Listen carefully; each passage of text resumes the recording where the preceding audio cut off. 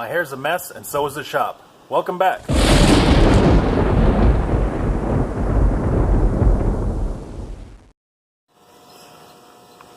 Alright. The light buzzing away, as always. But, if you watched the last episode, then you'll know where we are. Throttle and brakes. So, we have... one of them's actually throttle and one of them's choke, which this technically doesn't have a choke. It's just extra fuel, more or less. But we got to figure out a way to hook up the throttle, and then of course the brakes, which is kind of nice and hopefully easy because we got that factory brake right there. So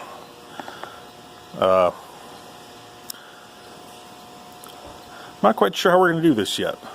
But let's take a look, huh? Okay, here's what we're looking at. Here's the end of the original throttle cable. And you can see my hard linkage that I have right there, which actually worked pretty well. You know, return-wise and everything, it never hung up or nothing on me. It worked well. So, but they even have that little bracket down there. But as you can see, we are too short. So, scavenger hunt time. I'm curious.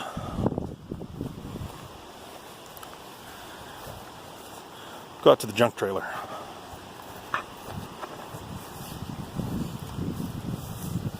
Here is what's left of the old engine. Now, I'm wondering, these are both Mikuni carburetors, right? So I'm wondering if we can scavenge somehow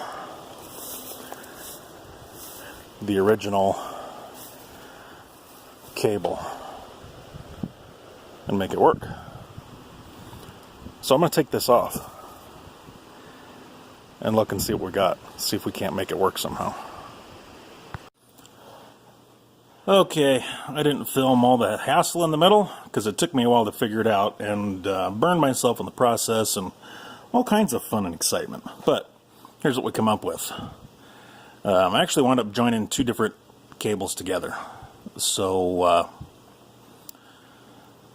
don't have a TIG welder. So where the two cables are joined together in the middle of this pipe, it's MIG'd. So it was interesting to try to MIG that. But let's move you around over here. Okay, my pedal's a little straight up and down now, which I'm not crazy about. We might have to change that, but we got nice smooth operation. A little more throw in the pedal would be nice. That's a pretty short pedal. I'm used to it. That's the way it was before. But I'm going to try to get you. It's a little fuzzy. Of course, I'm on my phone. I don't have fancy cameras or nothing. I'm on my phone here. So there's that. All right. Now I'm going to go operate the pedal. We'll see what we got. You guys tell me if I got wide open.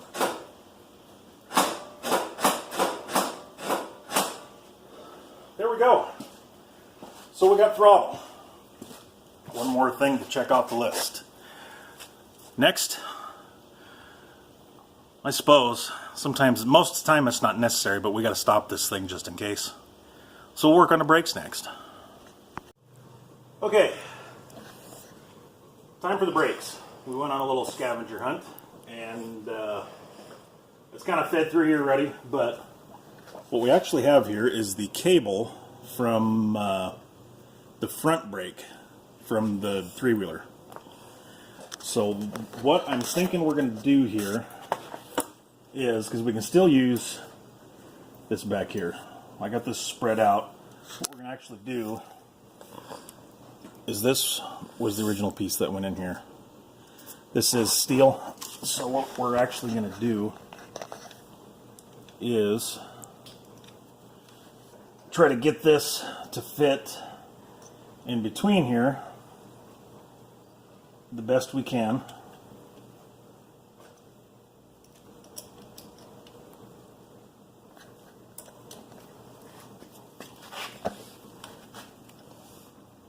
So that, now it's not going to be perfect. We have to do a lot of bending and manipulating here, but what I want to do is get that piece in the middle of here and weld it.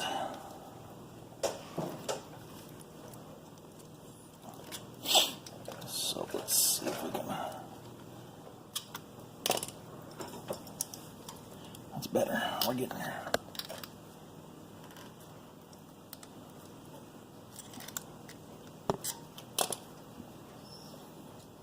Getting a little goofy in there, but as long as there's enough that we can weld it good and it'll hold.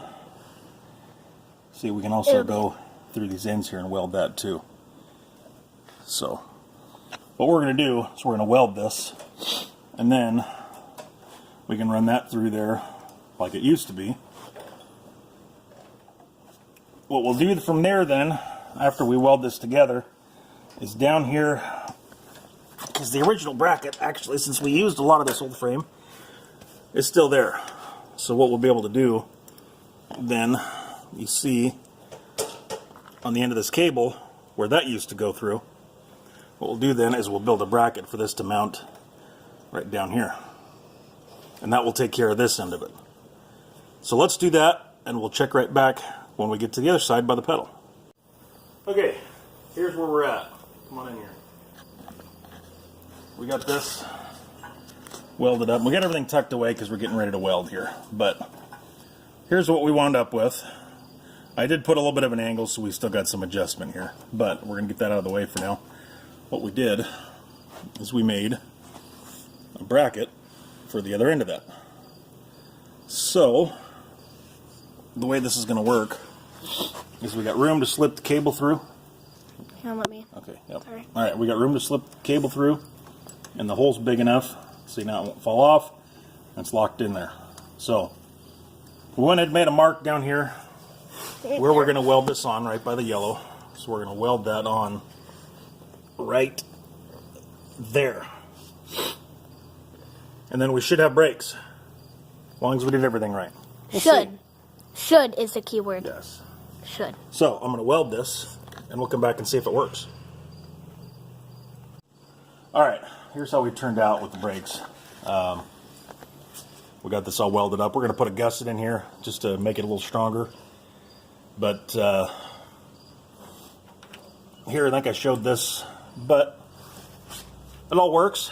The cable you can see feeds under there. Now we'll go around the other side. And you can see where the cable comes over here.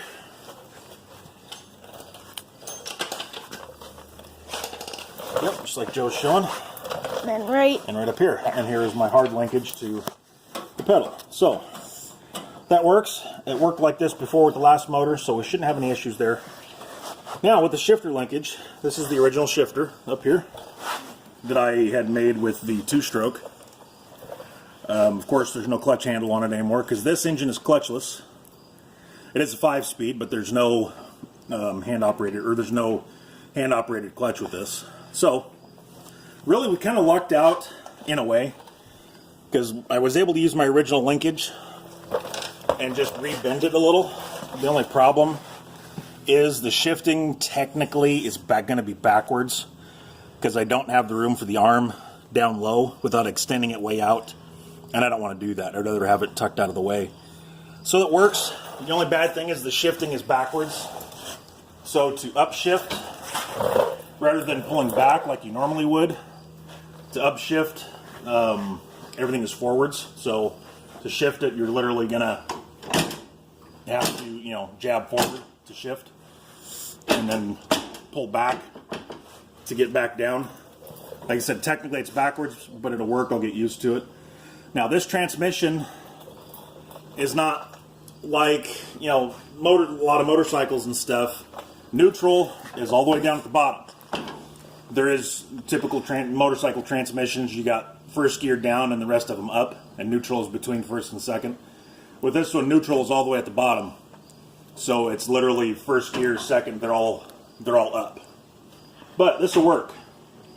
It's a little bit of a hard pull, but I'm used to jamming this shifter pretty hard anyway from the 2-stroke. It'll be fine. So next, we're going to start tackling on the wiring. Get a whole mess of wiring back there to sort through and figure out where we're going to put everything and mount everything to make it look good and keep it safe from getting Caught on fire. Caught on fire, ripped off, or torn up or anything. So next we'll start sorting through this wiring and see what we can figure out. You know, I've decided this video is long enough. So I think I'm going to make you wait until next time to see the wiring, the fuel system, and then we can make noise.